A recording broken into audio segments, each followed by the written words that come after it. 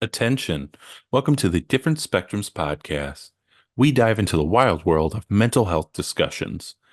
Get ready for profound talks, a sprinkle of humor and sarcasm, and a touch of colorful language. Just a quick heads up, our show reflects our individual opinions, which may not align with the standpoint of the podcast, our featured guests, or any related corporate entities. Our mission? To illuminate through laughter and satire because everyone needs a good chuckle. Chill out and don't stress over the small stuff. Legal troubles? No, thank you. Cancel culture? Please spare us. We'd rather keep this space lawsuit free. So buckle up, have a good time, and join us as we navigate the vibrant realm of mental health on the Different Spectrums podcast. Today's episode is sponsored by BetterHelp. BetterHelp connects you with a licensed therapist who is trained to listen and give you helpful, unbiased advice. By using our link, you can get 10% off your first month of therapy. So, Naz, as a therapist on BetterHelp, what has your experience been like? I've been doing it since January 2021, and it's been really fun and exciting. I've been able to reach clients all over the United States and the world. I've had good relationships. I've had folks that I've had for a couple months and a good handful where I've had for almost 2 years now. So it's magnificent. I've enjoyed my time and my clients. I love them.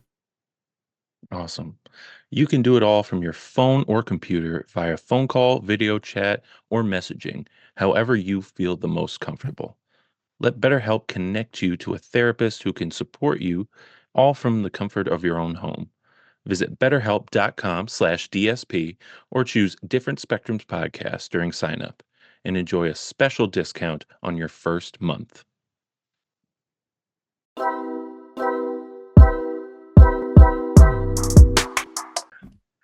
Hey everybody, we back again.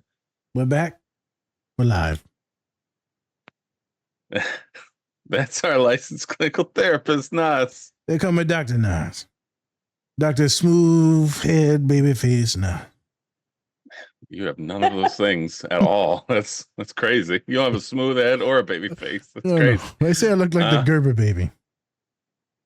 Who was like aged by radiation. All right. Remember, don't take us too seriously. Or do. It's completely up to you.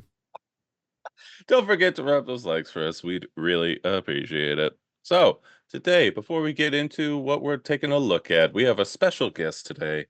She has 15 years of experience as a therapist where she specializes in healing intergenerational trauma through inner child work, blending psychosocial science, epigenetics,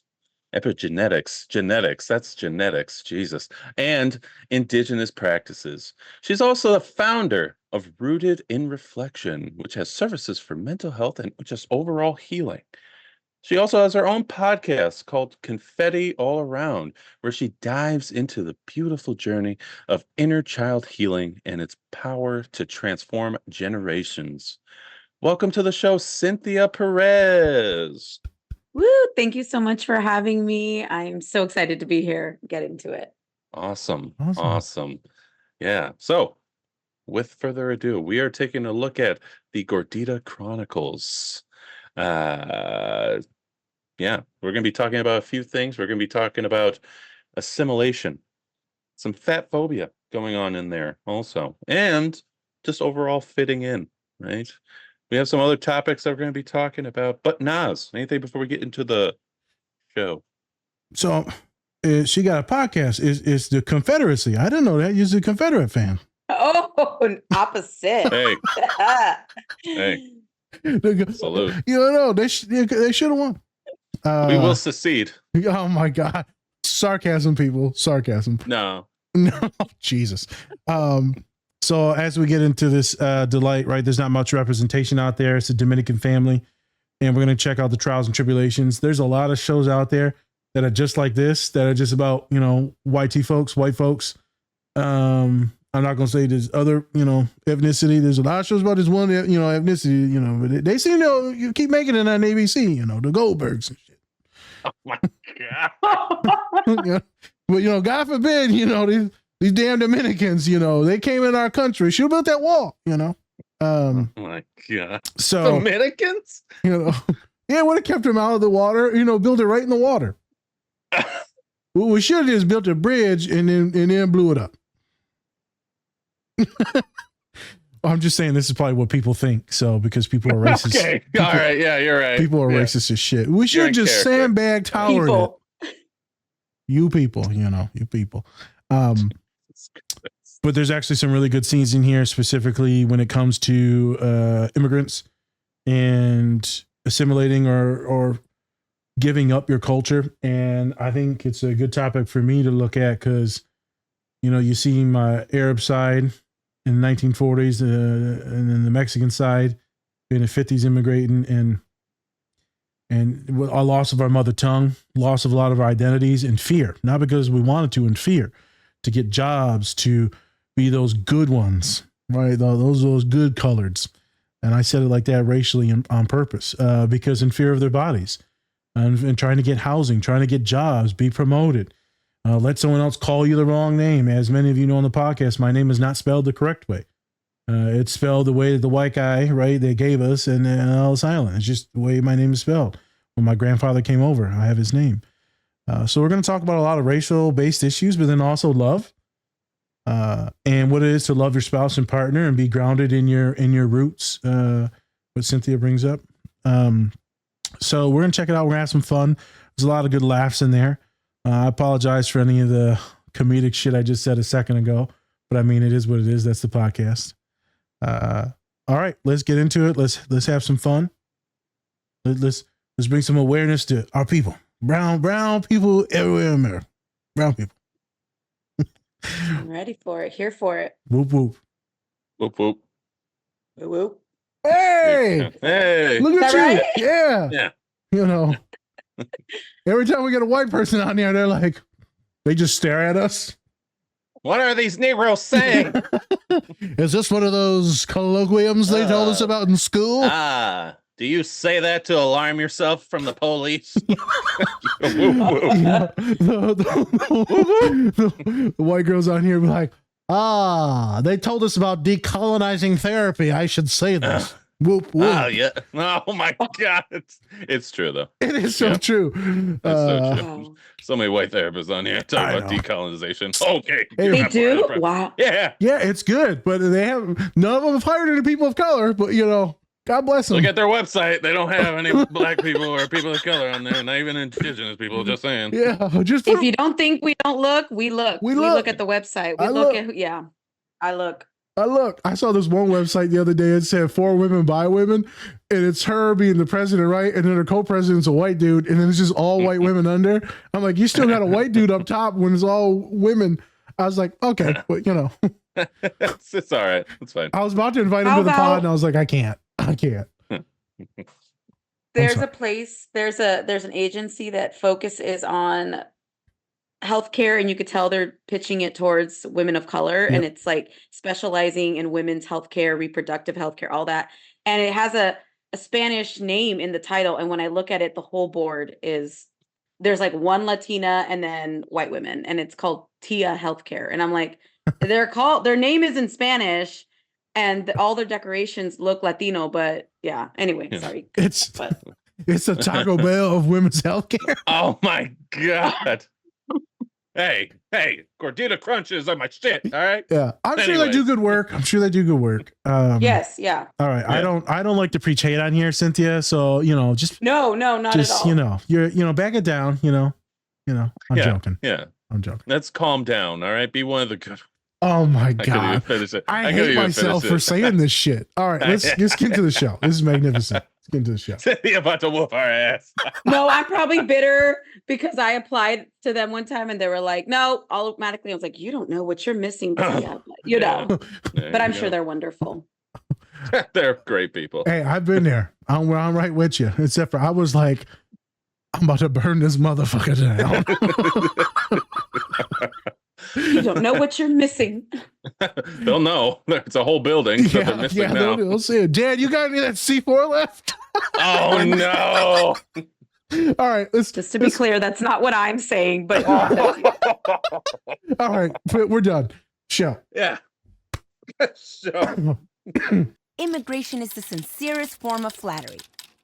And in 1985, my mixed Dominican family and I were about to flatter the hell out of the United States of America.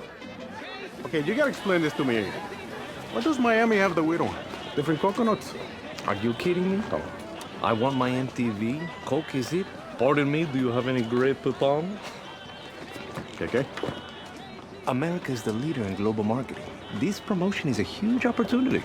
I still can't believe Adela didn't talk you out of this. I can't wait to get off this island. Okay, take everything. If it's not in a box, I won't need it in Miami. Adela, are you sure you don't want your cafetera? How are you gonna make your cafecito? I have 2 words for you. Mr. Coffee. ¿Y la gordita? ¿Dónde está? No sé. Cucu! Cucu! That little gordita was me, Cucu Castelli, 3 decades ago. Give me that. Gordita means little chubby. And in the Dominican Republic, it's a term of endearment. How do I look? Like you're auditioning for Mary Magdalene in the Easter play. I could see your belly button. You're just jealous. Booby-doo. Booby-doo? What's booby-doo? It's when your belly sticks out farther than your boobies do. Hey. You knew, right? I'm Chad. Part of the, welcoming committee. Can I escort you to homeroom? Just like the boys in Tiger Beach.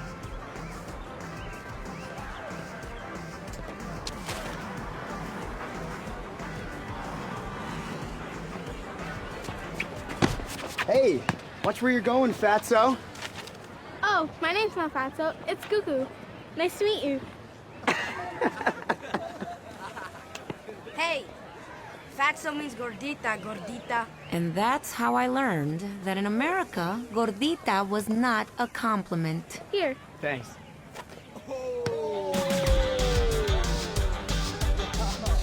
Bananas, cigars, and medical appliances all have in common with me. We're all exports from the Dominican Republic. Hi, I'm Cucu, and I pledge allegiance to the flag of the United States of America. Back home, I knew every prayer in the book. The Lord's Prayer, the Ave Maria. Heck, I know the whole rosary. But this flag prayer was a new one for me. Never mind a different country. I felt like I was on a different planet. Everyone dressed, acted, and even smelled different than my friends back home. And just when I thought things couldn't get any weirder.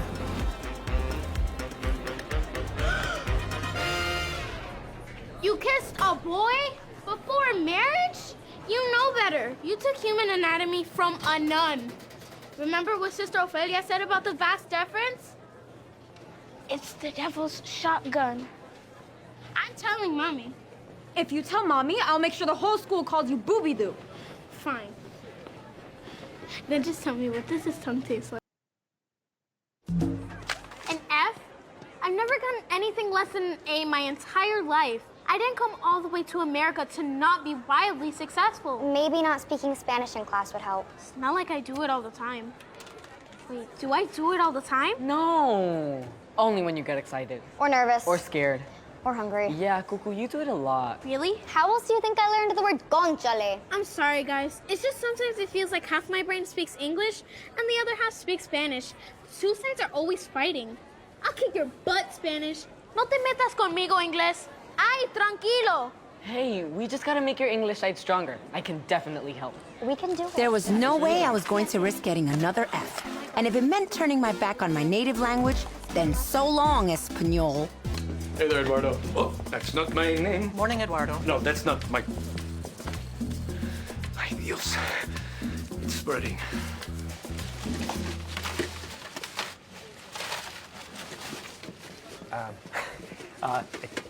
Excuse me. Hello. I was wondering if you could help me. Mr. Frank has, for some reason, confused us. Would you mind telling him that you're Eduardo? And get fired for correcting him? No. Besides, I wouldn't want to miss out on your bonus. Bonus? End of year. Boss hands out checks. Now, with your great ideas, I, Victor, could buy a jet ski. And don't worry, I'll empty the trash real good. And maybe you'll get my bonus. I don't understand. How does he confuse us? We're from different countries. We have different jobs. We don't look anything alike. In Santo Domingo, everybody knew me. Mire, mi hermano. In Nicaragua, I was a doctor. Here, I'm just Victor. I'm Victor. We'll see. Listen, when you move here, it doesn't matter who you were. You start over. Sometimes you start over as Eduardo, or Juan, or Victor. You know what? No. I came here to start a new life. Me. What's the point if no one knows who I am? And I'd rather be known as Victor, the guy who got fired for correcting Mr. Frank, than be known as someone who I am not. Thank you for your counsel, Eduardo.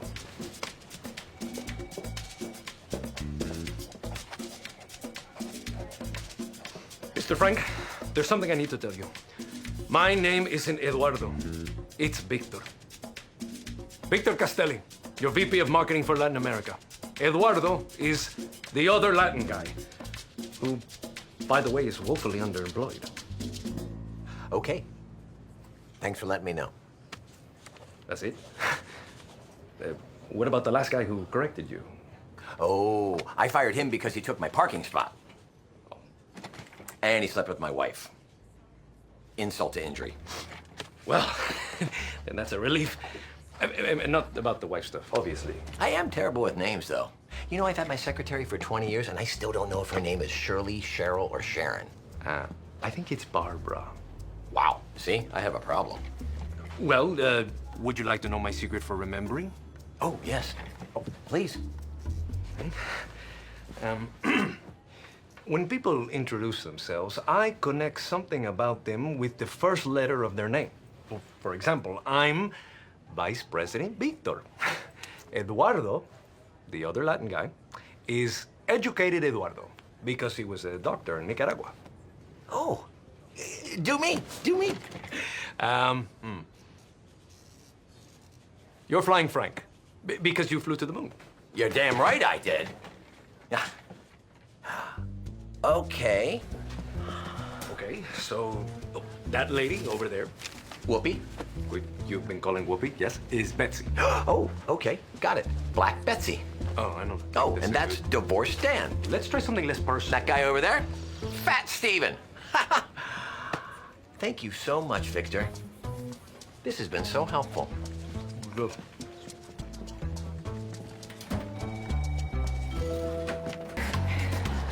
Ready for your driving test? I decided I was just gonna be a bus person, make new friends. Somebody's always playing loud music. It's just like a giant fiesta on wheels. Adela, I know you're nervous about the test, but I've got a feeling things are going to be pretty different. I'm the wheel this time.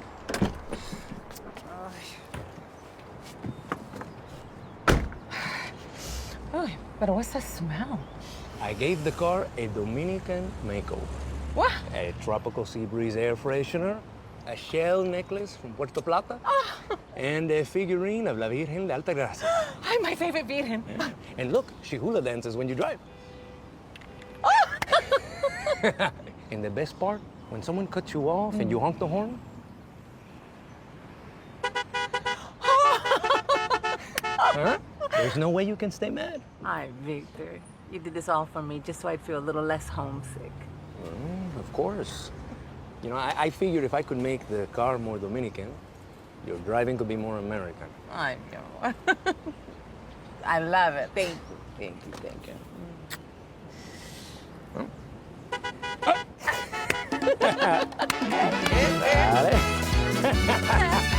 Hey everyone, have you been looking for something to help you when you feel extra fidgety?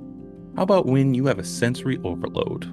Well, I'm here to introduce you to the Oh No Fidget Roller. It helps me regulate and also feel at ease. The Oh No Roller comes in 5 different materials, including plastic, aluminum, steel, titanium, and silicone. You can use our code DSP10 to get 10% off your order when you visit onoroller.com and get your roll on. And we're back again. We're back and we're live. Everything that I said before this was obviously sarcasm. This is a public service and we don't condone any violence, any race-based discrimination. You know, any fire. No love making. You know, we good Catholics here. You know, I got an American flag outside my house. I'm still celibate. You know, I don't even look at it. But I'll Why do you stare at in general?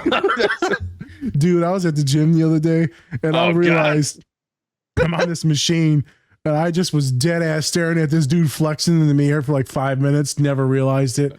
I'm like, I'm about to die. Yeah. Yep. Maybe he was flattered. Wasn't even, I just zoned out. And then I hate when I zone out and I would like dissociate and just people would just be there. God damn it. They'll look up and I'll finally come to. I'm like, I swear I'm not a pervert. I swear to God. Sure. Anyway. All right, let's get into the show. Yes. So, like I said, we have Cynthia Perez on the show. So, Cynthia, how'd you get started in your mental health journey? Thank you. I think it's being a daughter of immigrants. I'll start there.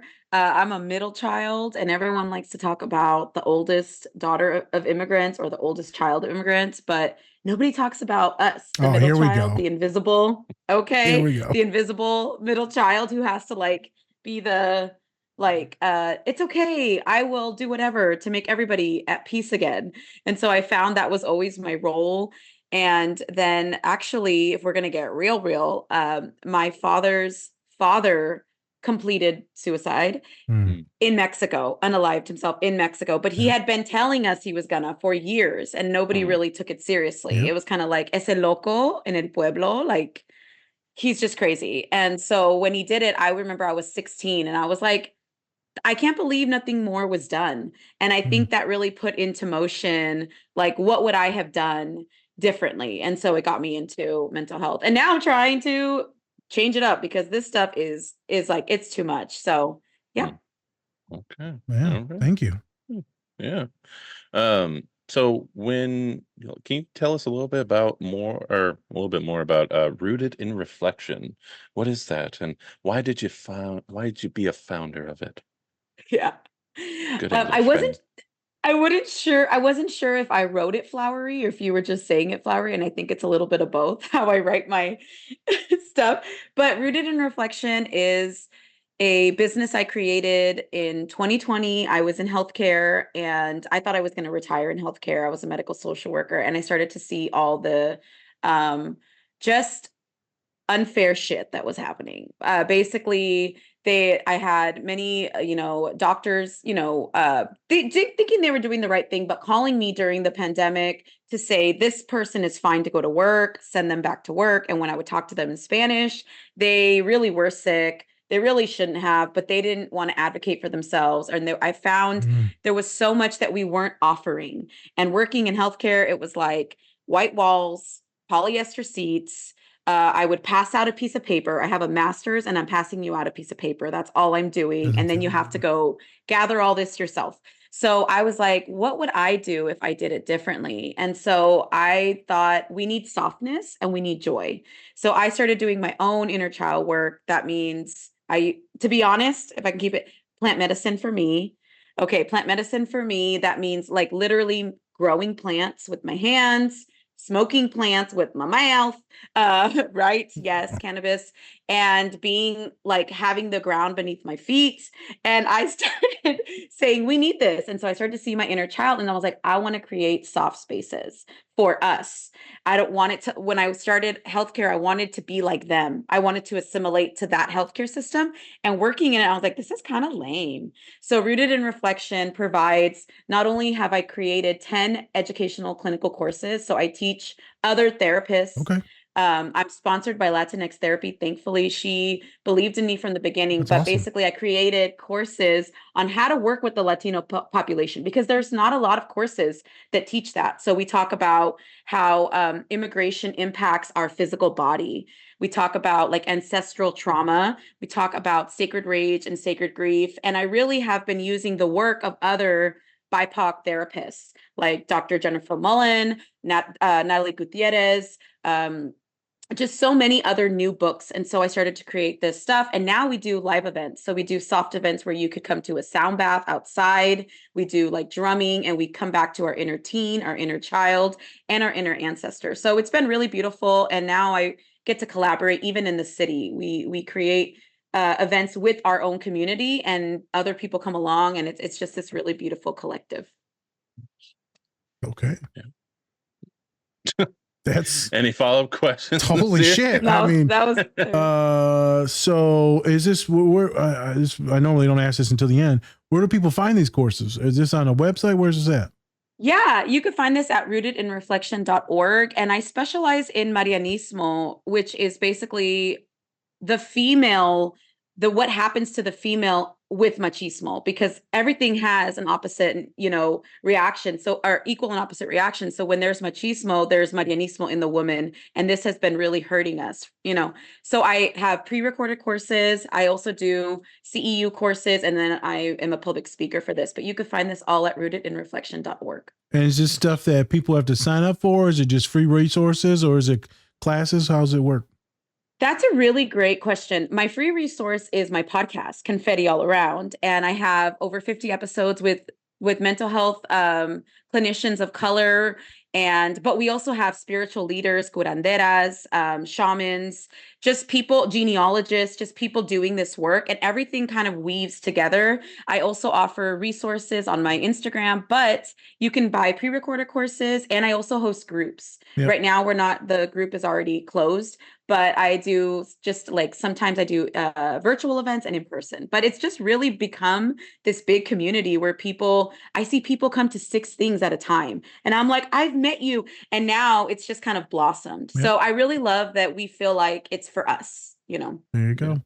It just Totally. reminds me of my client recently, Spence. I might have said this on the last podcast, but I didn't. I talked to my dad about it. I said, my client goes, you know what? He was being vulnerable, and she was like, just suck it up, damn it. And she didn't say that, but she felt that because she's been through so much, right? Been through so much. And she's like, come on, we got shit to do. And I was like, girl, it's fine. Glad you didn't say it out loud, but there's ways that you could have handled this without suffocating your own feelings and some of that internal rage. You could have bonded together in both of your suffering as this is your partner day one. But instead, you crushed it all. Then you got resentful, and then you wanted to tell them to shut up. But then all you did was validate them, and then you didn't get any validation. And that, again, that's the machismo, right? It's the masculinity. It's that whole shit, that cycle. So women can have it too. And so I'm glad that we have you today, because we're going to talk about some of that stuff in the pod today. Spencer, back over to you. Yeah, I mean, you talked about it a little bit with your uncle's suicide, and just how the culture in general isn't very attuned to mental health and things like that. What are some things that you really want to accomplish to maybe change that way of thinking for just your culture in general? I love that question. Thank you. Well, I think right now we're going through a genocide, and it's so hard to watch. It hurts. Every day I think about it. There's not a day that goes by. I eat a meal, I think about it. And it really ties into so much of what my roots know, what my bones know. And so my people come from a similar experience, the Yucatec Maya, right? And so my goal is to help women. I work with a lot of high achieving first gen women, but it's also men too, because when we heal our Marianismo wounds, as I call it, these wounds that make us resentful, rageful, bitter, jealous, manipulative, this is something that we have had as protection. And what if now, kind of like Dr. Nas said, we let it go and we go, you know what, I'm going to say what I need to say, or I'm going to live for myself. So really talking about it, giving it language, validating it, but also I love to let's bring in something that is soft for us. So let's refill that with our own ancestral knowing. So I might say, you go dance, go cry, go cook a meal that you think your great-great-grandmother would be cooking, and see what comes up. So for me, it's for us to get to know ourselves without all of these protectors. Who are we truly? And to really love the essence that we have. And we can allow our own DNA, our epigenetics, to remind us of our ancestral joy, not just the struggle. We're not just made here to work. Unfortunately, people think that Latinos are just here to be their servant. And we have so many gifts that, like Dr. Nas said, we've had to just shove. So my goal is hopefully that we realize that when we are working more in our joy, we are literally changing our epigenetics for joy. And that allows us to change the next generation. And it also heals 7 generations back. That's my goal. Nice. Yeah. You know, I'm gonna do this little thing where I'm gonna act like a resistant client real quick. Okay. What the hell? I ain't doing no inner child work. What's that for? That's a bunch of soft bullshit. I ain't doing that stuff. Why do I need to do that? Ain't nothing wrong with me. Cynthia, why tell me why I need to do the shit that you're telling me I need to do? What would you say to someone like who says that? You know, I think I get that a lot. And I think it's like, that's cringy, or that is not for me, or why would I go back into that? And I think I would just say, like, I hear you. And what about that is kind of off-putting for you? What feels cringy? And then you might be like, oh, I got stuff to do. I got stuff to do, Cynthia. I got to make money. I got to feed my family. I ain't got time to be sitting here talking about dolls and cooking tortas. And that's why, you know, when you go to work, you have to, sometimes we don't realize you're taking that little child to work with you. And now that little child who is like your subconscious, right? I say they sit at the helm of my heart, watching everything, but that child knows everything from my past. Okay. They know when those people beat me up. They know when my parents yelled at me, and now you're taking them to work every day and you don't give them a break to share their emotions, to play. And if you ever go to work and you come back and you're grumpy, what if that is our inner child saying, hey, you make me do all this for you. What about my joy? Does that feel like anything at the end of the day where you feel like irritable, or maybe you're lashing out? Tired. Angry. And then disappointed that I don't have enough to give my own kids, which makes me more angry at myself, which only makes me more angry at them because they're a reminder that I'm failing. What would you do when you were a kid?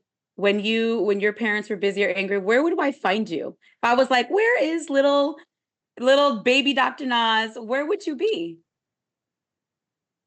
I'd be outside running around. Most likely in the backyard, playing with stupid stuff in the grass, and then shooting a basketball on this rim that I also used to jump off of onto a trampoline. So I'd be doing a lot of risky business outside. And I already imagine your body. So your body's like jumping, it's digging, it's a lot of movement. So what if even inner child work for you just looked like after work gardening, after work playing a little basketball for 15 minutes? And we don't even have to call it inner child work. But in that moment, can we just validate that child and go, I'm so happy you're here with me? Or we're done with work for today. What would you like to do? Little things like that could be inner child healing. It doesn't have to be just like my favorite ice cream cone. It could just be a moment where I take a deep breath, hand on my heart, hand on my tummy, and I just say, like, I'm so happy to be here for you. The ice cream one would be good, though. The Superman ice cream back in Michigan No is the lie. shit. Superman ice cream is native to Michigan. Fuck anybody else who says it's Ohio. Here we go. You know, fuck you. He's done this before. Yeah. In real life, yes. Yeah. That is some good shit. I know we had it probably last year. We went back and got it at Michigan at this place that I used to go as a kid, where I would ride my bike or go to. And my dad got to eat it. That was fucking awesome. I remember Heather being in the car and she's like, it's scary here. We're like, just eat your ice cream, you white woman. Why'd you have to say that? You know, and I think you bring up a beautiful point, is that, and this is where my inner child had to heal, is that my parents might have snapped at me because they felt a lack in their own childhood, or it was hard to see me that joyful because it's grief. It's this sacred grief that they didn't have that, or they couldn't have it. And maybe it brings up sacred rage. And when I can feel that, oh my goodness, it's not that they didn't love me, it was their wounded child. It does something to my brain, right? It rewires my neural pathways to say it wasn't your fault. And in that, I can start to do the work more. But you're absolutely right that a lot of times parents project that onto their children. They don't do it on purpose. I mean, some parents do it on purpose, but a lot of times it's subconscious because of their own unhealed childhood trauma. So there you go. And that concludes today's session in role play. You know, I love to role play, folks, you know. Put a wig on me and call me Sally. Oh, no. Oh no. Sorry. That sounds like a different podcast.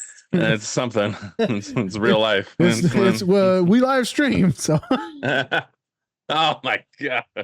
Check out the different spectrums OnlyFans. Yeah, it's just my hairy feet. I'm done. But thank you for that. That was magnificent.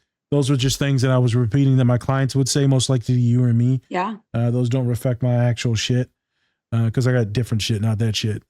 So I appreciate that. I don't really do that with every guest. I try to do that with guests that I think that can handle it. You did it really good. Not to put you on the spot, but I knew you'd be able to make it work. Yeah. And that was good. So I appreciate you in that moment being on the hot seat, kind of. Thank you. Yep. You've been battle tested. Battle tested. You know what I'd love? I'm putting a call out. I would love to work with more males. And I would also love to work with the LGBTQ trans community, because I think there's so much inner child work to do there too. And I have a hard time because I know my branding is very like girly, but that's me. But I just see so much for that with males and the queer community as well. So I love that you even gave me that example. You're good. And masculine men will still work with you because you're a Latina man. You still have a masculinity and a power to you that we all respect, even though we may shit on it. I didn't know that. Our culture and populations for multiple races that I am, and then Spencer knows too. There's a certain way that we view, certain therapists, white therapists, right? White therapists versus women of color. There's a respect thing there, usually no matter what, with women of color. And, I can get into maybe it's misogyny and all that, but no, there's a certain thing about our people where like, oh shit, she might kick my ass. My mama said you treat them with respect. Not saying that she didn't say treat the other folks with respect. Yeah. You just treat your own with more, with the utmost. So I think that's compassion and empathy, like understanding our lived experiences and not just like throwing it at the wayside. So thank you. Yeah. As I told one of my kids the other day, a brown woman, I said, hey, you don't do this goddamn homework assignment and fill out this goddamn HIPAA form, I'm going to send you to a white woman. I swear to God. I swear to God, I'm going to send you to Stephanie and you just going to talk about bullshit. Do you know how lucky you are? Yeah. Can I tell you a she funny filled that story? shit out real quick. She filled it out real quick. Go ahead. No, you just like triggered a core memory. My mom took me to therapy when I was 13, teenager, angry. I was a talk back kid because she was a immigrant mom and she didn't know a lot. So I was kind of like, Mom, we do this, and Mom, we do that. So then you start to get this personality of parenting your mom. So you get a little bit resentful, you're snappy with them. I would have Black women at the store tell me, don't you talk back to your mom? And they shook me because I'd be like, oh my God, I am rude to my mom, right? So she took me to therapy. That's a whole nother, like being a parentified child. You just take on, like you said, this way of having to walk through the world. So she took me to therapy to this white woman. And I just knew my mom was not about therapy, but she thought this is what she should do. Yep. My mom would always spy on us. Okay. She would listen at the door. And so I'm in therapy and I'm like, I don't trust talking to you. My mom is out this door. And the lady's like, no. And I said, my mom is outside listening to us. I'm not going to share. And guess what I did? I walk over, open the door, and my mom falls out like a TV show. And she starts to act like she was like, and I knew it. And the woman she would not work with us anymore. She thought we were just too crazy, dynamic, too kooky. Dynamic. Yeah. And I was like, dynamic. You're way too dynamic for me. Sorry. You're way. Yeah. So she just called, that was a racial slur. Literally. That's a new one for brown women. Way too dark for me. Can't do it. Way too dynamic. That was a nice way of saying what I thought she felt. Sure. Yeah, sure. Very passive aggressive, but yeah, nice. Can you imagine a therapist coming into me and my family, my dad and my mom, if I was younger? My dad just be looking at him. They would probably have a restraining order on your family, your whole family. Oh, whole family. Not one person, whole family. Yeah. Never seen that before. Ma walks in, stab. Oh my God. She leaves, dad cons her out of everything. Oh my. Don't laugh at that. I'm sorry, Spence. Spence did not laugh at that. I did not. He did not. Shit. Shaking my head. Shouldn't have said that. Back to that's an inside joke. Sorry. Yeah. Dan's like, don't be telling my secrets now. Oh my God. Good times. Dynamic families. Jesus. All right. Any more questions? Spencer is such a great like co-host because the grace of Spencer. Oh no. Well, I have to be the straight man when he's the kooky one, and then he treats has to me- do it reverse. I'm like a fine delicatessen. You know, he treats me, he eats me softly and chews longly. What the fuck are you talking about? Get into the show. Take over. Oh, okay. And the show is just so sweet. All right. Anyways, Cynthia, what made you want to do the Gordita Chronicles? What about this show really spoke to you? Yes. Yeah. I don't know if you could see Spencer, but while we were reviewing the clips, I couldn't stop smiling.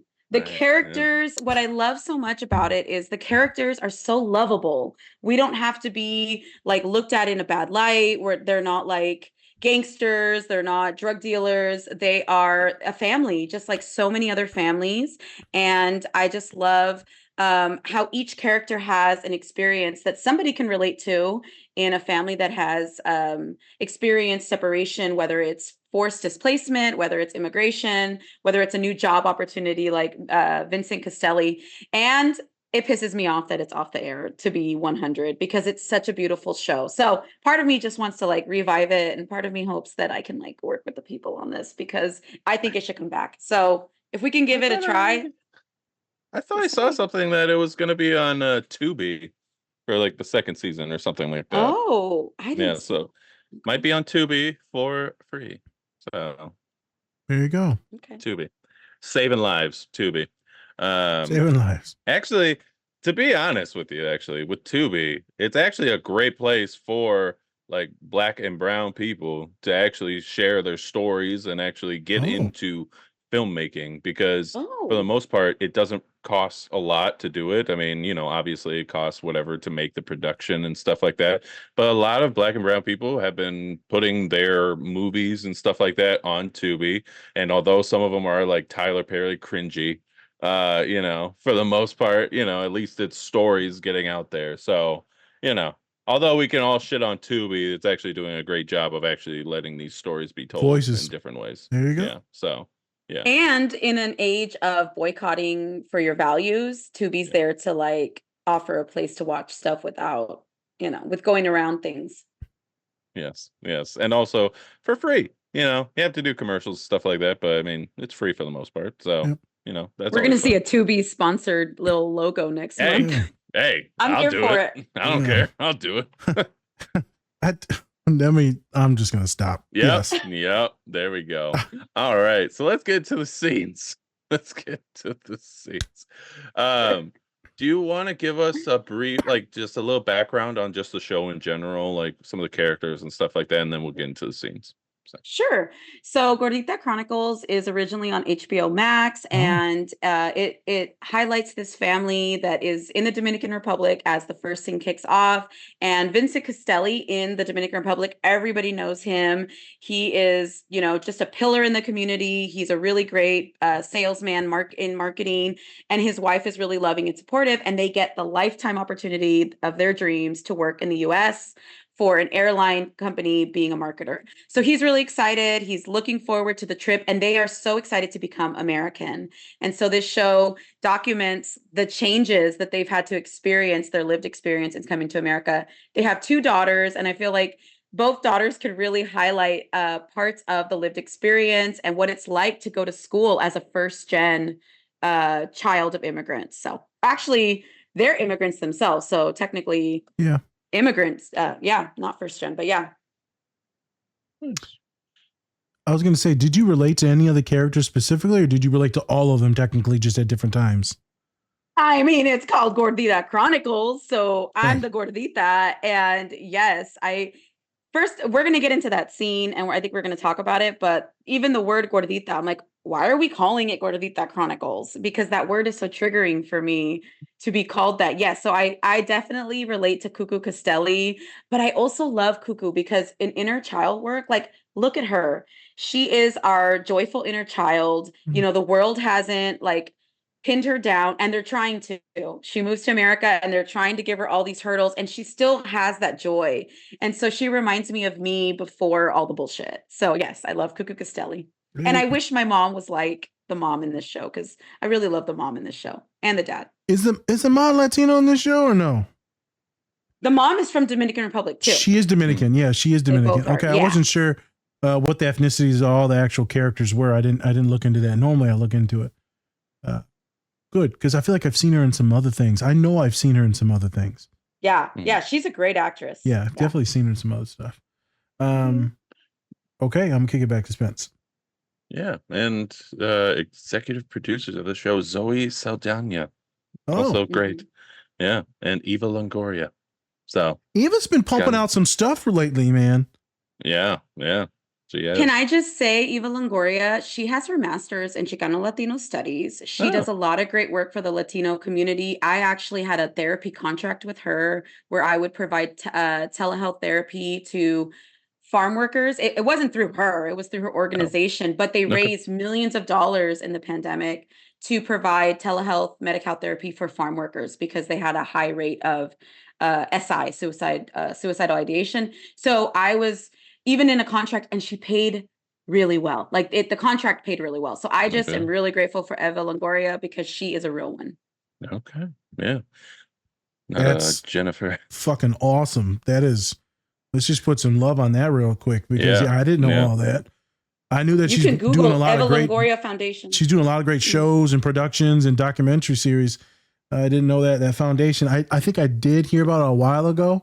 And it's awesome to have someone like you actually be like, no, this was legit awesome and real, and we did good work. It was great. And I got paid really well where I could work remotely, but I also got to, and this is the wild part, okay? My mom, when she came here with her parents, was a farm worker in the same fields. Okay. Talk about intergenerational. So my parents, my grandparents and my mom worked those fields. Even my great grandmother worked the fields. It was 3 generations picking strawberries, picking grapes in Oxnard and Santa Cruz. Here I go 2021 and I get offered this contract in Santa Cruz. I get to work in remotely and give them. And I almost turned it down because of my generational guilt. I was like, but I get paid well. And what about them? And my mom was like, you better take it. Because when I was that age, I wish I had a therapist. The people get free therapy, so it was just a really beautiful thing. And for me, it really healed this generational cycle. So Who better to work with them than their own people? Instead of something amazing. I love, don't get it twisted. Love everybody, love white folks, but better than some Catherine going over there, right? Rather you. Oh yeah, as long as you could get over the own triggering of the shit yourself, right? Because that'd be triggering for me to do something like that. Not necessarily that version of what you did, but like certain things in the schools or when I go back into Michigan, it's just triggering.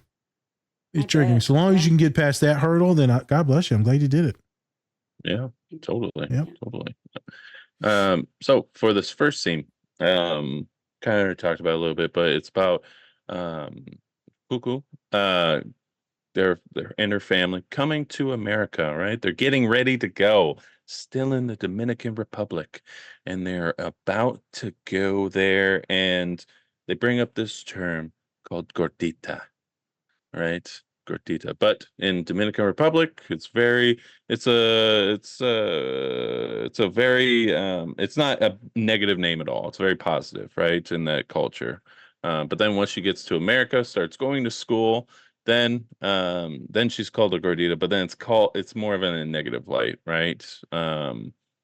So have you in any of your experiences ever had that where it's like in your family or in your culture in general, it's a really good thing, and then you go out and then all of a sudden it's just like it's terrible here? Have you had that at all? Cynthia, real quick, before you get into that magnificent question, what the hell does Gordita mean for those of us that aren't Spanish speaking? What does that mean? And then finish up Spencer's of like what you've been through, what you've seen, how that affects people. Okay. Gordita means little fat one, or like gordito would be little fat boy and gordita would be little fat girl. And I guess, being gender expansive, we could say gordite. That's the first time you're hearing it first. But basically gorda or gordo is fat. And so then when they add the ita, that makes it cute. And they actually say like de cariño, which is like of love. And it's a term of endearment. Okay. But it goes, for me, it's triggering because it's calling somebody something based on their physical appearance or what you see in them. So there's flaca, which means skinny person. Flaco, skinny boy. Flaca, skinny girl. There's your skin color. They might call you güera or morena, right? Dark skin, light skin. So now we say it affectionately, but really it's rooted in like a caste system, right? Of back in the day. So yes, but is it meant as a term of endearment? Yes. And then you come to America and it's literally translated into fat girl. And did I have experience with this? Well, in school, they just called me fat ass. Like literally all the kids were so mean. They would call me like shamu. I would rather hear gordita. Okay. But when I would go home and my dad or my mom would call me their gordita, I remember feeling really angry. I don't want to be called that. Like it's embarrassing. It's not cute. And then you would get kind of like, why are you mad about it? And they didn't understand. And this is like a big cultural rift, but they don't call me that anymore. But you see it. People get called that all the time. Viejita. You might call your partner gorda. Hey, gorda, come here. Bring me something. And then the wife is fine with it. Yeah. Interesting. It's how you call your partner too. Interesting, bro. The names, Spencer, I don't remember. I think you were a heavier boy when you were younger, right? Or no? No, I was skinny. You're always skinny? I got heavier as I got older. Yeah. Older. Okay. So that shit is. I had thick legs. I'll be honest with you. I had thick legs, but upper body part finally caught up to me later in life. But yeah, I was thick legged and, but upper half, like I had a 6-pack and everything when I actually like got into like when I actually started growing and shit. I woke up with a 6-pack one day. I'll be honest with you. I didn't work for it at all. It was just there. And I was like, holy shit, look at that.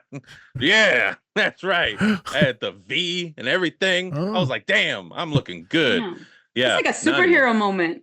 Yeah. Yeah. Well, superhero's dead now. So he ate him. Yeah. Oh my God. Jesus. It's true though. So, bro, that shit was crazy. So I didn't really I was probably average, very thin young boy until probably like middle school. In middle school, I started getting a little chunky, a little bit, not a lot. But then you would just get harassed because you were a little chunky, right? Yeah. Or because the clothing that you would wear, this and that. So it'd be really terrible. Sweatpants. I would wear fucking sweatpants all the time. And people be talking shit about the sweatpants. And now look at it. Everybody wears fucking sweatpants. Yep. So I remember in high school, because now like I got real big sophomore year, because I probably gained like 80 pounds, because there was a lot of muscle mass, started lifting. And now I'm on the football team and everyone that used to bully me when I was just a fat little kid, well, now they're like terrified of me because like I'm like this monster in like Division I like prospect.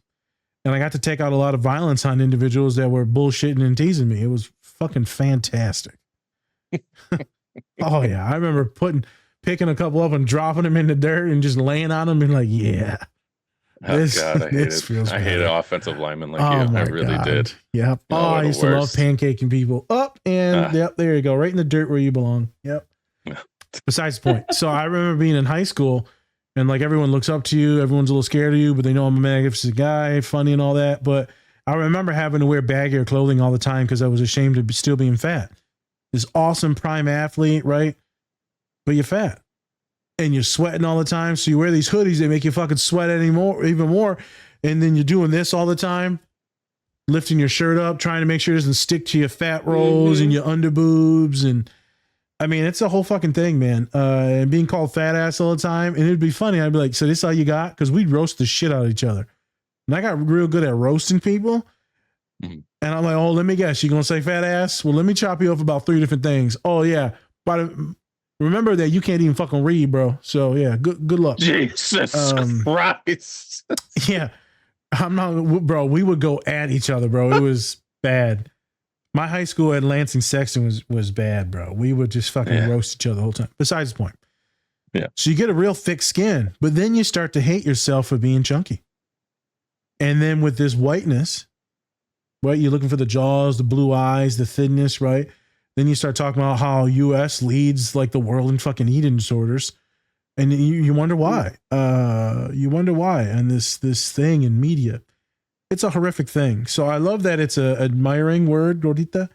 But then when you come to the States, everything gets polluted and perverted, and we can't have anything good. We can't love anyone for anything. And I have my clients that parents come and they're like, oh, my clients will wear the same clothes that they always wear. And she's like, oh, my mom came into town. She's making fun of me and calling other women fat. And then she's like, well, if they're calling her fat, what you think of me? And it leads even further into the eating disorder. So I'll work on the eating disorder for months, Spence. Mom will come into town for like just a couple days. Fuck it, we lose all progress. So these words, they can be awesome, but then, they can be used against us. And the fat phobia is for real. We talked about it in an episode not too long ago, but we horribly treat people that are bigger, and we devalue them and look at them as less than and uglier, and where they don't get promoted for jobs and they don't get that pay raises, all because of their size.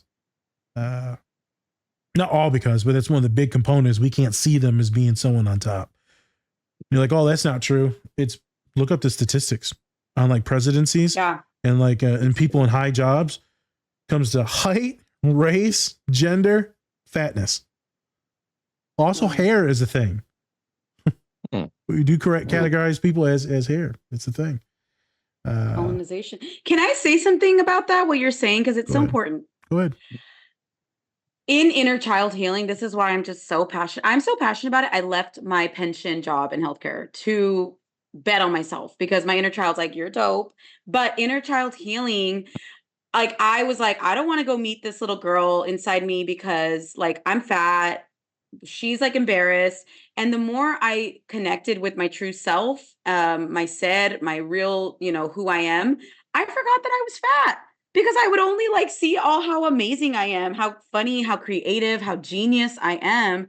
And I was like, oh my gosh, people would see my weight and then project that onto me. But really, like, I'm dope. There's so many times now that I forget that I'm chubby, gordita, I've been. And I really am thankful to inner child work because I can see myself for me and not what other people like project to me. Preach. Well said. Thank you. Yeah. Let's pivot into the next scene with the sisters. Yes. They kind of blend in together a little bit. Yeah, they do. Where Cucu as a sister, and she's thinner, pretty, and automatically just like gets like a boyfriend like from the start of school. That school didn't even start yet. Yeah. Already has a boyfriend. Like, damn. All right. White man always taking our fine brown women. They always taking us. They always get them. They always get them. Yeah. Yeah. And they don't appreciate them. Here we go. And then she ditches her sister to be with this boy. And then come to find out she's making out with him in the hallway. Like, damn, like fifth period hasn't even started. Like, what the, it's not even lunch yet. Shit. Like, come on now. And then obviously she's talking about, hey, like, what the hell's happening here? Like, you're not supposed to even kiss before marriage. Like, what's happening here? And then and then she goes like, hey, what does tongue taste like? What? I love that. Tastes like bubble gum. Hook a sister up. Tell me. Yeah. Does it taste like white supremacy? Does it taste like privilege? Does it taste like money? Does it taste like ruling the world? It sure does. It sure tastes like does. freedom. It tastes like freedom. God bless that man's tongue. I guess with this, Spence, did you have a question based on this? Because family dynamics. I mean, how was your kind of family dynamics with that? Was it kind of similar where, like, since you were the middle child, yeah, you were kind of like a protector, but then also you were somebody that was also learning also like from your older siblings. So like how was Yeah. that dynamic? Well, my sister was skinny with a six pack, like you, Spence, and she has. Not I mean, anymore. we both. Hey, welcome to the club. Yeah, there you So we both have. I guess I'm gonna stop saying light skin because people have told me just say white skin, Cynthia. Stop with that bullshit. So I have white skin apparently, but that's a whole nother topic. But we both have white skin and light eyes, clear eyes, but we're from Mexico. But she's thin, had a six pack, was in sports, and I was the very overweight sister. And I think she was embarrassed of me, just like the daughter was. And it shows like she had to protect her social capital. Emilia, the sister in Gordita Chronicles, like she is also new to this place, and her lived experiences. I'm a teenager. Cucu's like in elementary, but Amelia's in middle school. She needs to like have that social capital, and Cucu's kind of embarrassing. You know, not only does she have darker skin and she's chubby, right? I'm not saying that's bad, but for her, she's like, I'm the hot sister. I'm gonna get in this way. Cucu, she's gonna get in with her personality, with her brains, with her creativity. But Amelia, I feel like it shapes her as this is her role, and she, as we find out in the show, she starts to get along with the Latina version of the Plastics, like the bossy, group, and it's because that is survival for her. So I also see Amelia like having to play that role, but it really triggers me with my sister because it was like that too. It was like my sister, and then when we went to school, it was like, move, you fat girl, and it was like, oh, okay. But what did I get out of it? A really dynamic personality. Oh my God. You're like, my sister basic. Wait a minute. Are you and your sister good now or no? Yeah. No, we're totally good now. Oh, and good. she never really made fun of me, but like Right. when Amelia says to the sister, booby do, she says, your belly sticks out further than your boobies do. My sister, if she made a few comments about my body or something, I remember everything, because you look at your sister as like, they're the teacher of things. And so they make a comment about your body and it's stuck with me, So yes, I think that's an important scene. Oh, also the part of the Marianismo that I bring up, as women were like taught how to rally each other, how to teach each other how to be the social norms. And she says, I'm going to tell mom, because she knows that that's a way to like block you. Like my jealousy is going to block you. And then she's like, well, how's that tongue taste? Like what that mouth do, right? She's like, well, how's it taste? Tell me, because I want to know. So I love that little joke because that's so much of us. Like we gonna tell on you, but we also want the tea. Yeah, of course. Of course. This is where Cynthia looks at her sister. Little does your sister know you deeply hate her. Pause. Deeply. And like after she's on her fourth divorce and you set her up with a fucking, I'm going to stop before I hurt some population, but Oh my God. And you set her up with a really bad person just to shit on her, You can't fish your own sister. That's what I'm trying to say. Oh my God. He has a whole plot for it. I'm not the best therapist. You I'm like, already like meticulously have a plan. yeah. I'm like, we're going to destroy your life and then make sure he gets the kids. So, Oh my God.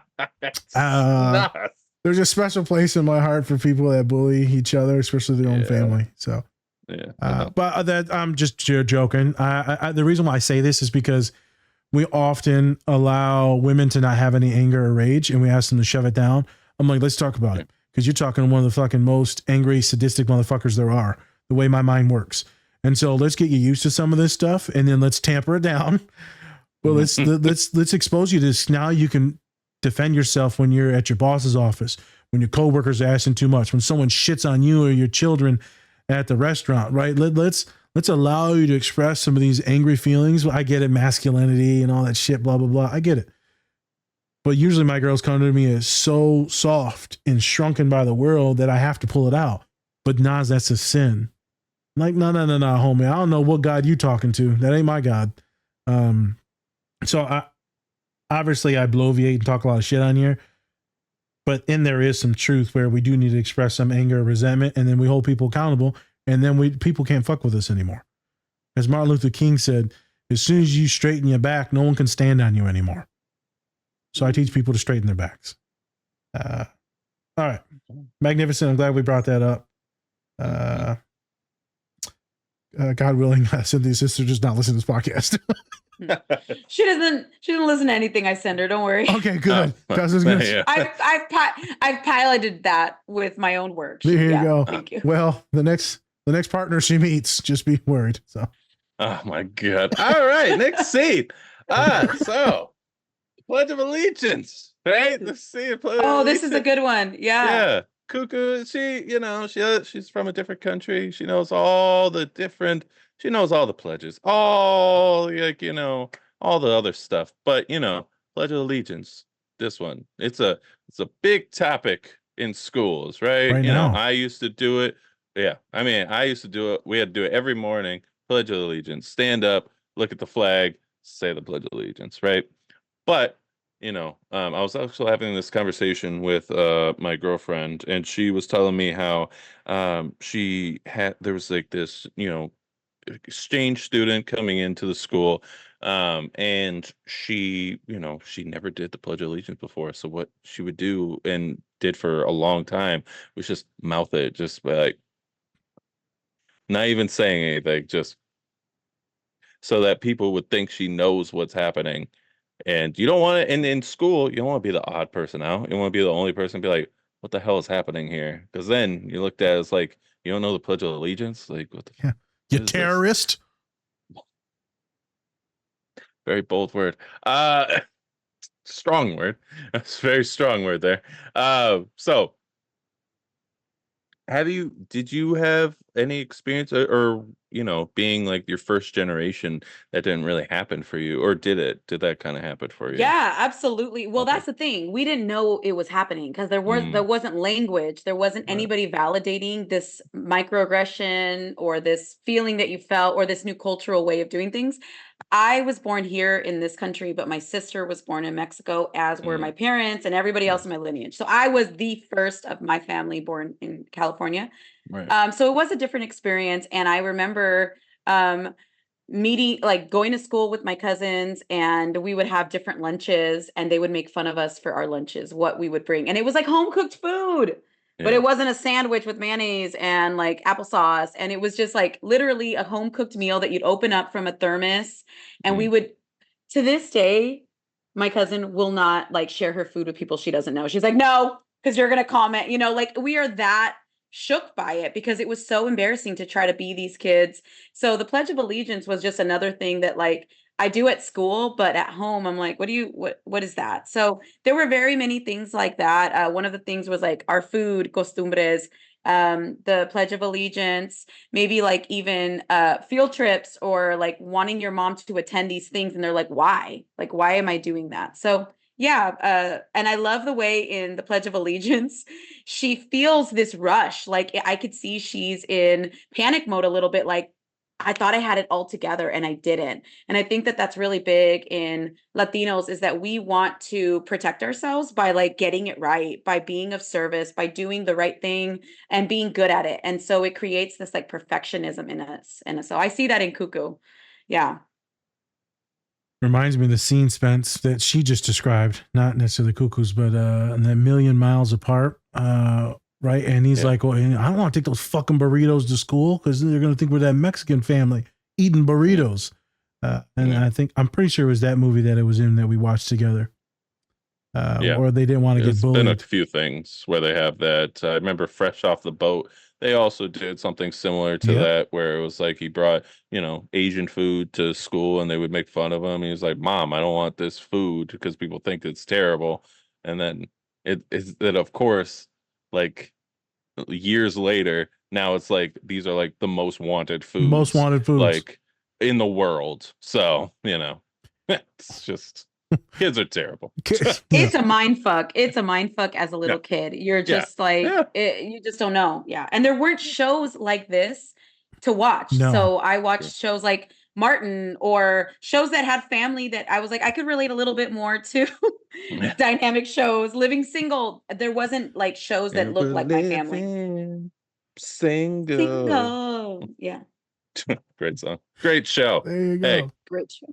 Before Friends. So that's a whole nother I just find it interesting, like this food thing of like, oh wow, you don't have Lunchables, you ain't shit. But like, and that's how it goes for everything. Like, right, you're not wearing the right clothes, you're not eating the right food, you're not talking this certain way that you're supposed to be talking, and So now, then I was going to say everything you just said was magnificent, Spencer. Now add being autistic to that. I would just follow a content creator that's a Boricua, right, a Puerto Rican woman, and I didn't know these statistics, but Latinx folks, right? They are the lowest diagnosed when it comes to autism. Didn't know that. So, right, white folks, and then it was some crazy fucking number where it's like fucking 50% less is black folks diagnosed per rate. And then it was like 68% less, 62% less is Latino. I was like, holy shit, I'm going to ask them to come on the pod and talk about that. And I know it's even hard for me to diagnose folks or to, okay, because everything's so centered around whiteness and most of my clients are white. So for me to suss it out with black and brown bodies, I said it's hard. It's harder. I'm getting really, really good at it now, but it is harder. And I was like, holy shit. So imagine trying to fit in being autistic and brown. It's almost impossible. Being autistic in general, at times, depending on how good your masking is. Some people are fantastic at masking because they're able to read everything and analyze, and they're doing the algorithm like I do all the time. Then other folks that just can't. So I think about them, and man, that's a lonely fucking life for a lot of black and brown bodies that are out there that are also the intersections of being chubby and immigrants and different languages and all the nerd shit and trying to keep up with everything. It's just a lot. And my heart goes out to a lot of folks who listen to this podcast that most likely continuously get shit on daily. And they don't even fucking know why. Is it because I'm brown or is it because I'm fat today? You don't know why. Oh, what is it going to be? Yes. Yeah, what's it going to be? So I just wanted to take what Spencer said and then throw the tism on it. And then it just comes, Jesus Christ. I mean, you wonder why we're so fucking depressed and have anxiety and OCD and all these other fucking things going on and rage going on at times. We're drowning. We're drowning. Sorry to make a sad moment. No, you know what I noticed too with neurodivergence, whatever you want to call autism or ADHD, what you feel, what I always felt in my body, and I just never felt validated until now we're talking about it, and now we're trying to be more expansive, which is great. But when I feel bad, it physically hurts. Like it's pain. And that is one thing that I learned. Oh, that's part of my neurodivergence. Like it's not just like get over it. It's like, I need a moment because my whole nervous system is shook and it's like, I can't just snap out of it. And so I think that we've just like swept so many people, like, well, just get over it, keep moving. And then we do, because our culture is a colonized culture. So we do it. And there's going to come a day where we just like, we burn out, because I feel things so deeply. And it physically hurts when I'm hurt. Well said. Emotionally. Many autistic folks will identify with that, and other neurodivergent folks will identify with that. That the meltdown of dysregulation, deregulation is major compared to mine and yours. It will be even more severe. But still, mine and yours and Spencer's is still valid. Right when we pop off when it comes to anger or hostility, whatever. The other day I told Spencer, one of my good friends got a job, and me and Spencer's been trying to get these prominent, awesome jobs, and we keep getting shit on and shit on and shit on. And one of my friends got one, and I said, hey man, I'm about to cry. He said, you can cry, go ahead. I just shut the fuck up. I don't want to cry right now. I'm happy. He said, it's okay if you cry. I said, stop saying the word cry. Jesus. And then so I'm sitting in there and I'm choking it back and I'm cool with crying. I cry all the time. But I didn't want to distract and then him care for me. And then I was able to refocus, but it took me about 30 seconds and then we got back to him. And sometimes, it was a good deregulation that I had. That my boy that I did a recommendation for, right? And he got this awesome job. Oh, he texted me yesterday, Spencer. He said his partner's terrified because it's expensive living out in Northwestern and Evanston, Illinois. It's like bougie and all that. So she's scared about money. And I was like, dude, you got to do it. Yeah. I said, take this job for a couple years, rent you a house. And then when I get the clinic up and running in Michigan, because they want to go to Michigan, I said, you come, I'll put you in charge of the fucking everything, the clinic, the clinical services and training, and then I'll do all the other shit and fundraising, all the shit you don't want to do. And he's like, hey man, I can see it happening. Yeah. I told Dad, I said, I'm gonna send that motherfucker a preliminary contract right now. Oh my God. Get him down while you still can. Remember this moment. I'm locking this white man down. Yeah, that's right. He Right. wanted the good ones. We're reversing the roles now. I know. Jesus Christ. So many white people in my company. I haven't even started yet. Exactly. I'm sorry. Let's move on to scene 5, technically, because we're going to skip one. Yeah. Yeah. This is where she gives up Spanish. Yes. Oh. Yes. Oh, I love this one. There you go. So what could you talk about it a little bit? Yeah. So this is Cucu Castelli is with her 2 friends. Her friends are so fun. One is a white girl, and she's just like cheers for Cucu. But you know, her experience is her experience of just being American. So she's there to like help her with that. And then there's Yoshi, her friend, who is also assimilating. So she's like, he's like, I'm gonna help you assimilate. But this scene is Cucu, you're getting in trouble. She was getting in trouble. This is like 1985. The story takes place, by the way, we should say that, in 1985, Miami, Florida. And so she keeps speaking Spanish, and her friends are like, you speak Spanish when you are happy, mad, sad, because it's her go-to. So she says how in her brain, it's like half Spanish, half English. Her brain is always going. And I think that that's a really important piece, that we are constantly thinking and trying to navigate safety. We are trying to navigate, how am I going to put like my best foot forward while also maintaining my safety and my social capital, but also being myself. And herself is Spanish, but that at this scene, she commits to letting her Spanish go, with help of her friends. And it's cute, but it's also like nuanced sadness, I think, and grief. Yep. I got a lot of international students I work with now that's a thing where they have to do their best to assimilate because they're in school and they have to talk to their advisors and lab mates and all that. And so they have to let go of that tongue, so that way they get along and they play well, and, you know, people can understand them. And then there'll be arguments that are had or disagreements. And they're like, is it because my English is poor? And I was like, no, I don't think it's your English. And so it's an interesting dynamic when you start to see parts of you die, period. Parts of you are dying. And you have to make that choice, that sacrifice to get where you want to go. The question is do you leave it completely, or do you come back to it when you go home? Can you code switch? How do you deal with the betrayal of yourself and your people, your population, right? I mean, it's very complicated when I'm working with my folks of color. And it can be very tough, very anger, resentment. You could bring it home with your kids, Spence, and be angry at them, and maybe you'll stop speaking around them, and then they lose the tongue, and then people fucking hate people that don't speak their native tongue anymore. So like now I get bullied for not speaking Spanish. I forgot there's a term for us. I forgot what it is. No sabo kids. Yeah, there it is. So. Girl, thanks for that one, Cynthia. Yeah. Triggered. Right. Yeah. Sorry. You know, can I'm triggered too. I remember being Cucu's age. I was in second grade. So I was a little bit younger than her. And it was the whole lunch thing, making fun of me and it was the 4 of us, my sister and my 2 cousins. And so the 4 of us together, we were like the new generation. And I remember that was the age where I was like, I'm not going to speak Spanish. I'm going to drop it. See? It's embarrassing. I don't want my parents talking to me, but I thought it was like a flex. Fast forward to now middle school. It's like, we're all wearing chola lipstick. We have hoop earrings. I'm in LA. Okay.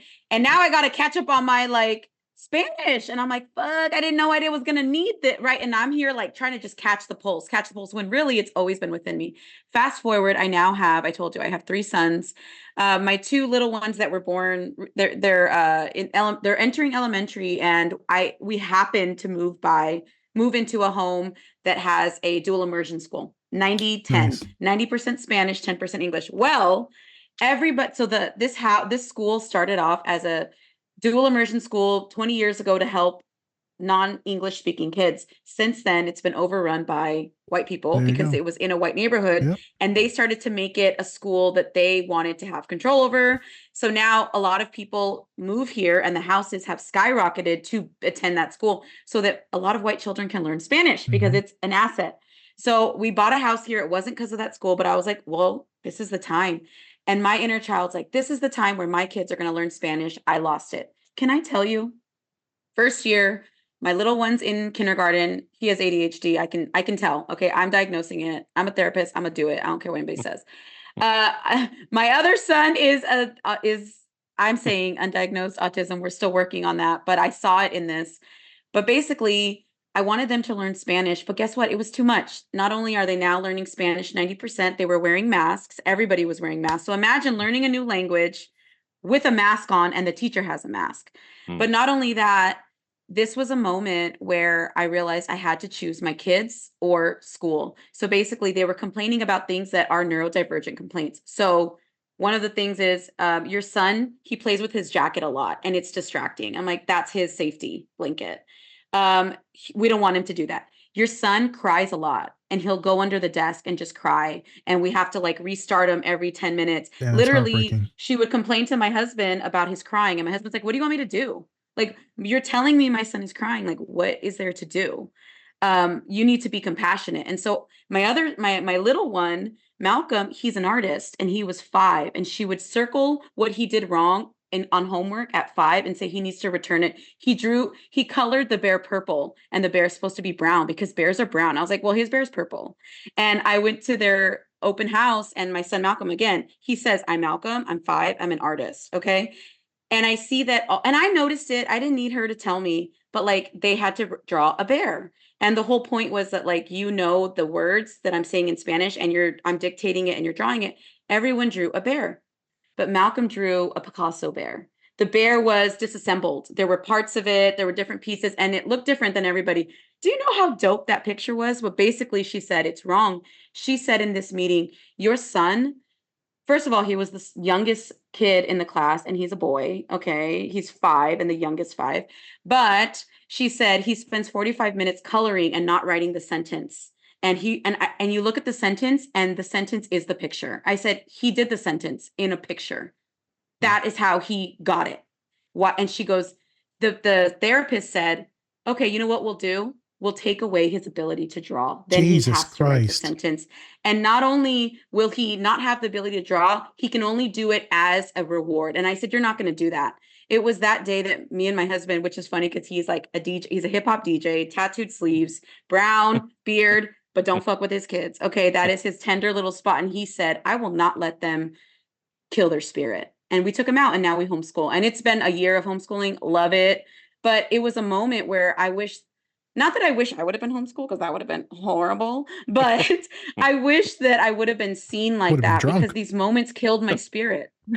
Right. So yes, that whole like redo over as myself, putting my kids in Spanish, it wasn't worth it. And I learned from that is I can teach them at home and we can learn Spanish through experiences, through going to Mexico to see my family, through my grandparents. So you know what? F the school way of doing it because they were in turn the same colonizing force as English. It didn't matter. It was still school. Thank you for all that. Yeah. The vulnerability, that story, because a lot of people are going to identify with that. That was pretty heartbreaking. Not gonna lie. Reminds me a lot of myself. So that was intense. But I'm glad your kids got you and your partner. This big terrifying guy with tattoos and a beard. Yeah. Big terrifying guy with tattoos. Hey, you don't know how tall he is. He doesn't tall. even have to say anything. People are like, you're not smiling. And he's like, I'm driving, Anyway. Oh, that's awesome, man.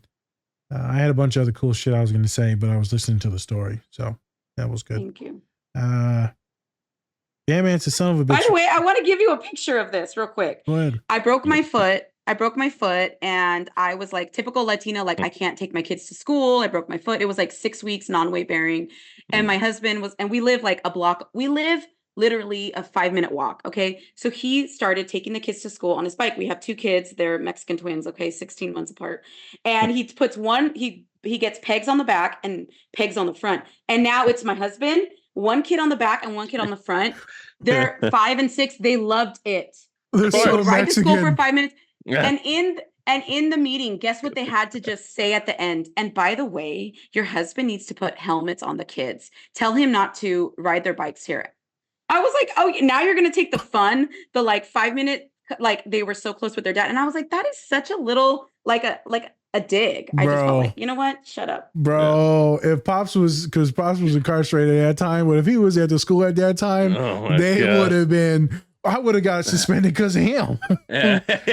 Like, yeah, we gotta get rid of both of them. I don't know how. We gonna have to call someone for your ass. Homeland Security says. Homeland Security. Bro. Oh my God. I remember moms, I used to get in some shit, bro. Moms would come up there with just Mexican ferocity.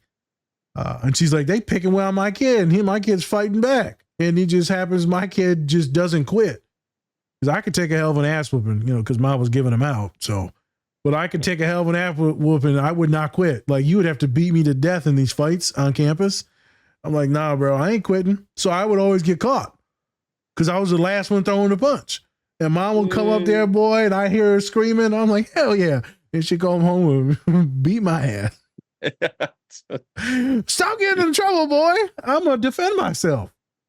Fuck these kids. And I would get picked on for everything that you just said about your kids. Mine works in a different way.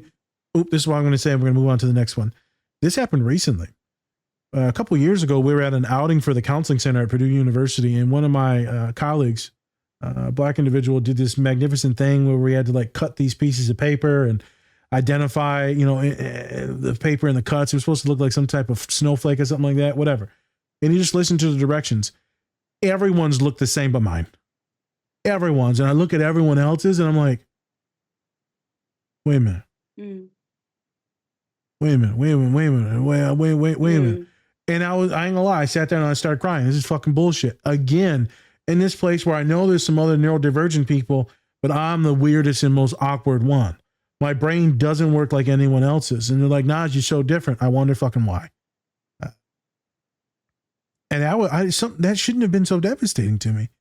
The fact that I made this little art thing with scissors and then it was just so weird compared to and we're listening to the same directions.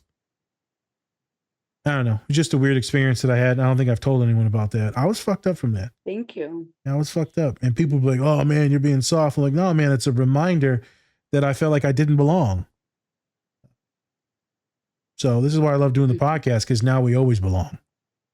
And everyone that listens to us belongs. I don't give a fuck who you are and how you can talk or you can't talk good or can't read. You can't read good. I don't give a shit.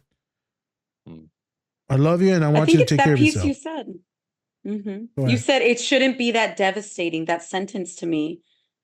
It shouldn't feel this devastating, but it does. And it does. It does. That's a beautiful sentence. It's a son bitch. I remember that. I remember sitting there. So, all right. That was a good scene. We got 2 left. We're getting close to running out of time, but we got time to get these done. We got, what does it say? This is the dad scene? Oh, this is the best scene. One of the best scenes. You love this one. You talk about it. Okay. Yeah. So, right, this is a scene that we see over and over in a lot of different racial movies or ethnic, BIPOC movies, is that you'll get these figures that go get these jobs and they're like, hey man, janitor keys in the back, or the housekeeper stuff is in the back, or the groundskeeper shit is in the garage. And you like, huh?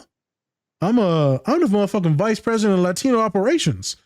We seen it in like 3 or 4 movies recently with, right, Chicano actors. And we see a lot with black folk. I mean, I went through it at my old university. So Spence, I was at St. Mary's. Might have told you this a long time ago though. And it was Sager, my dog. So this is a weightlifting coach. This is my fucking guy right now. I love this guy. Yeah. But I'm working out during the summer, right? I'm staff. I work here as the therapist for the kids. And he see me working out. He's like, hey man, who are you? I'm like, who the fuck are you? He's like, man, you a student here? I said, no, I ain't no student. I work here. He's like, can I see some ID? I'm like, the fuck you? Let me see. I don't know. Let me see your ID, white man. He's like, I don't think you belong here, man. This is closed. I'm like, I will go get my fucking ID. And I didn't even actually have an ID at that time. I was like, bro, what the fuck is going on? Not an extremely racist dude, but since I didn't fit the prototype of what goes there, you know, white folk. Yeah. All white folk. This is a very white school. Yeah, it is. Very Catholic white school that Spencer went to and I worked at. And I was like, bro. So then it happens like 2 years later. I'm one of the most well-known names on this university now. Literally one of the biggest figures on this university.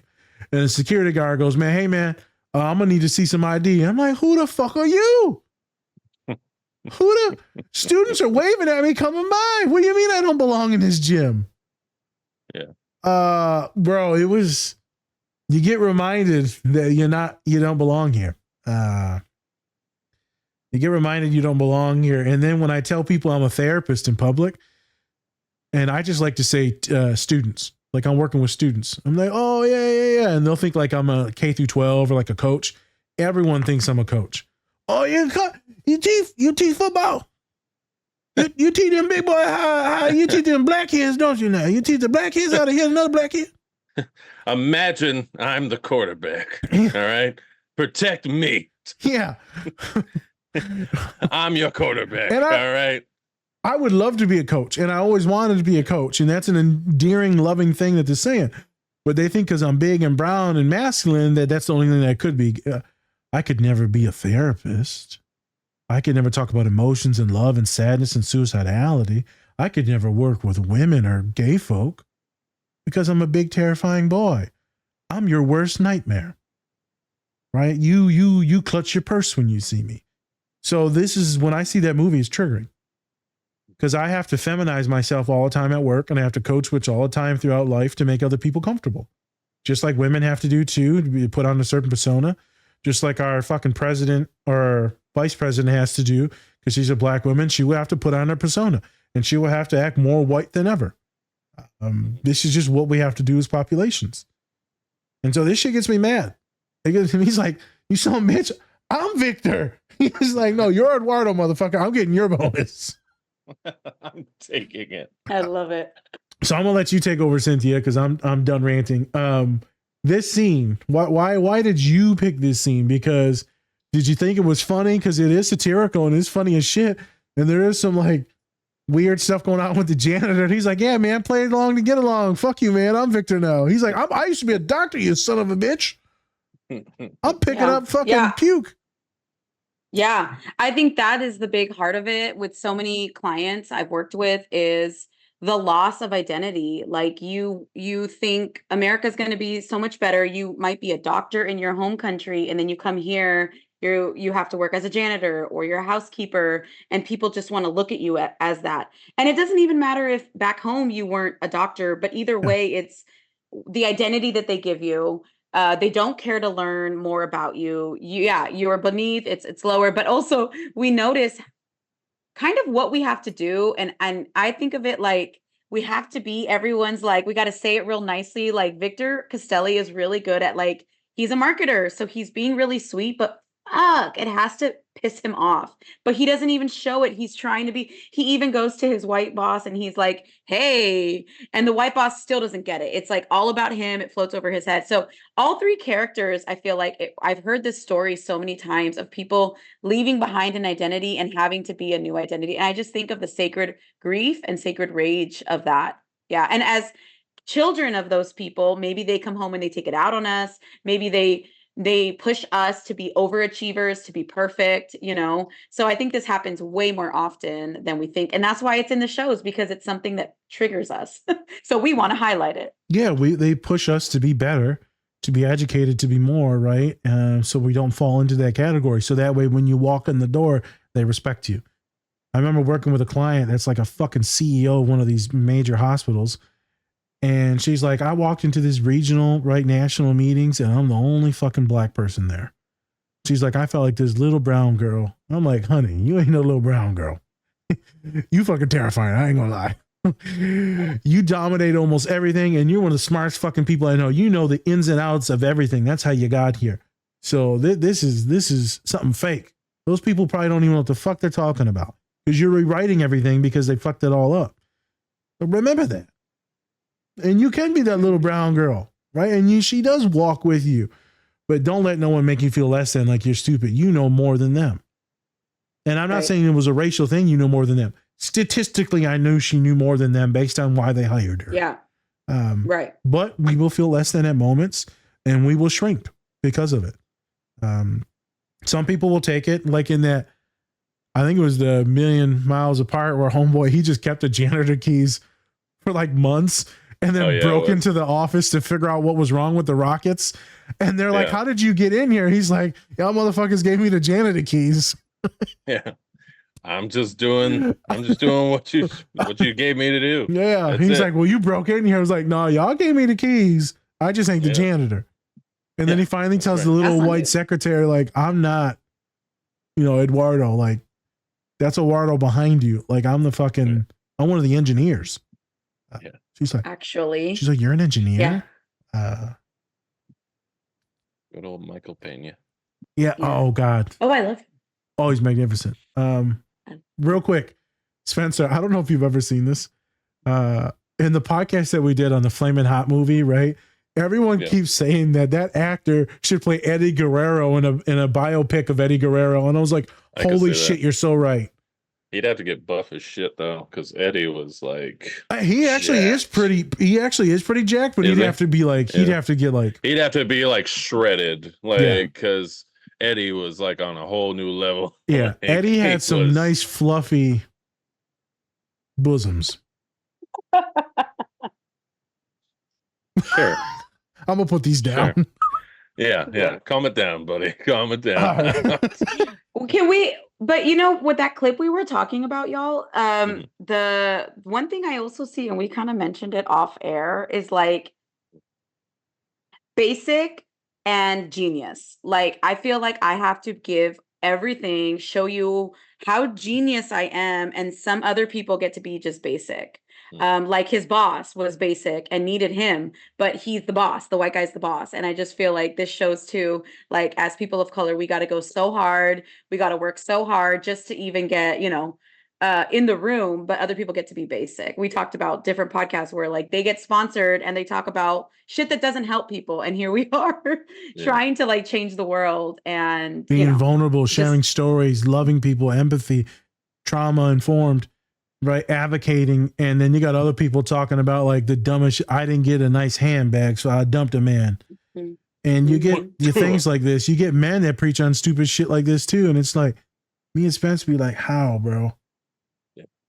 Like, how? Why do we keep making stupid people famous?" And it's because no one really wants to listen to get educated. We just want to be distracted because the world's terrifying, and we're all fucking traumatized, and you don't even know it.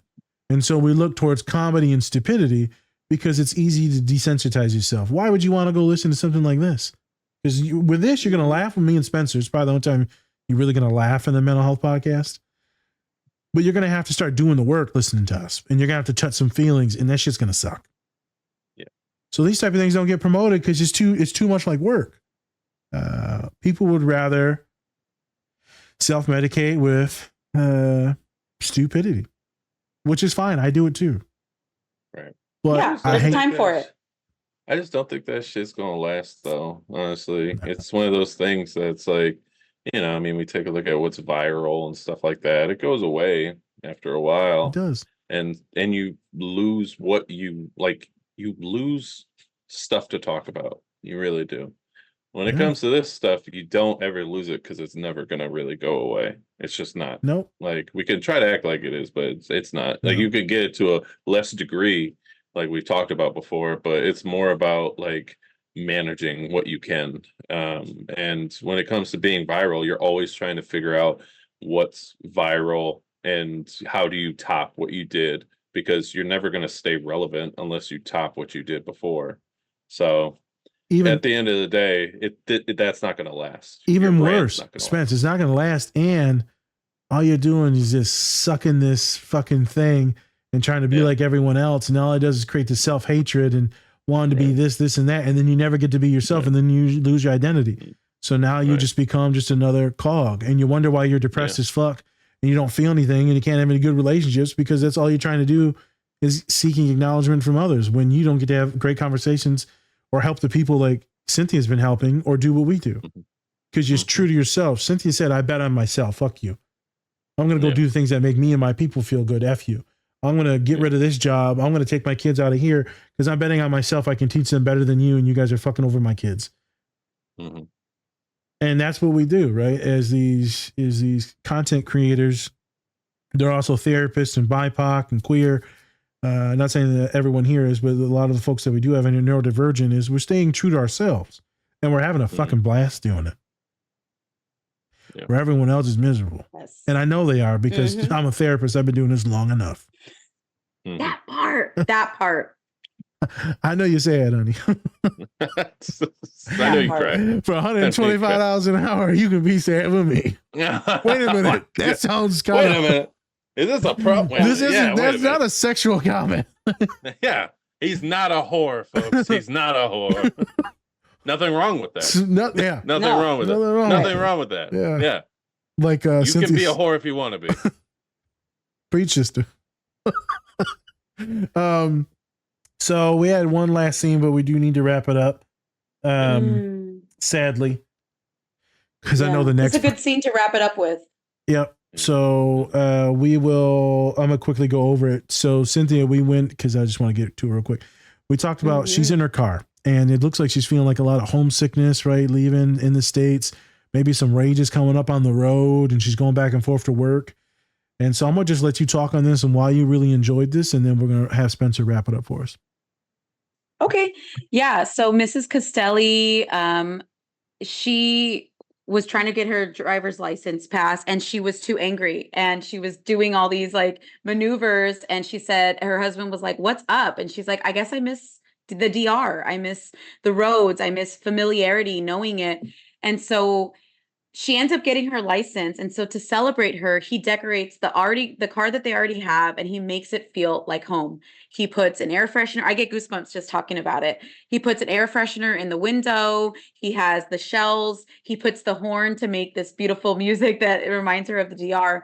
But what I see is partnership of him validating her experience that, yeah, I miss home too. What could we do to make it feel more like home, where the world is saying like, fuck you, assimilate and just be, you should get over that. It wasn't even a good culture. Come on, have our culture. He's like, no, let's value it. And when you're here, this is it. And she says, oh, I already feel like I'm there. For me, that is what I just want for so many of us, this softness, this safety in our own home. So yeah, it's a beautiful scene. And soft masculinity. His masculinity is just safe and it's loving. Yep. I agree with everything that you said. It was very grounding and rooted in her family, her heritage, right? Things that she loved and she felt safe. So when we're grounding people, we're making them find things that make them feel comfortable, loved, safe. And he did that. And that's an easy way for people to love each other without being super sexualized or physical touch or quality time. There's ways to do this that makes the other person like, oh, you paid attention to all that shit? Or, oh, you remembered that I like this type of cheesecake, or right, that color of teddy bear, you like it like I like my bacon extra crispy, What? Yeah. But these small things mean something. It's always food. Yeah. Oh, I'm hungry as shit, man. So hey, right, you remember how I like my macaroni and cheese? All right. I like it with hot sauce, motherfucker. That's all I like. Oh my Cholula. Cholula. Okay, to get us out of here, Spence. All right. Any plugs, Cynthia? Before we leave, any plugs? Yes, thank you so much. I am really excited that I just posted my pre-recorded courses. People were like, I can't join the group sometimes. I live in a different time zone. Can I just do it on my own? So I have pre-recorded courses for inner child healing, for healing our mother wounds through the lens of really colonized African and Latino diaspora. So that's called My Marianismo, Unburdening Myself. These courses all have history, social science, and somatic support. But I also have Confetti All Around. It's a podcast. It's a free resource. If you want to, send an episode to a client that has been wanting to tap into ancestral healing, we have ancestral healing and epigenetic care. And also I am available for speaking engagements and trainings for clinical staff. So I hope to be, I've been here creating so much stuff, and now it's time for just people to see me. So I'm here, and I would love to be found at rootedinreflection.org, rootedinreflection.org. Thank you. Awesome. Yeah, it was great having you. Definitely would love to have you back again for another show. Also go check out her Instagram account, rooted_in_reflection. Go check it out. So thank you once again for coming on. I'm Spencer. That's Naz, Different Spectrum Podcast. All right, Thank everyone. you so much. I know this was a tough one at times. I'm glad you stick with us. I know it was funny at times. Much love and appreciation. And remember, take care of yourselves. Or don't. And that's completely up to you. Peace. Mm.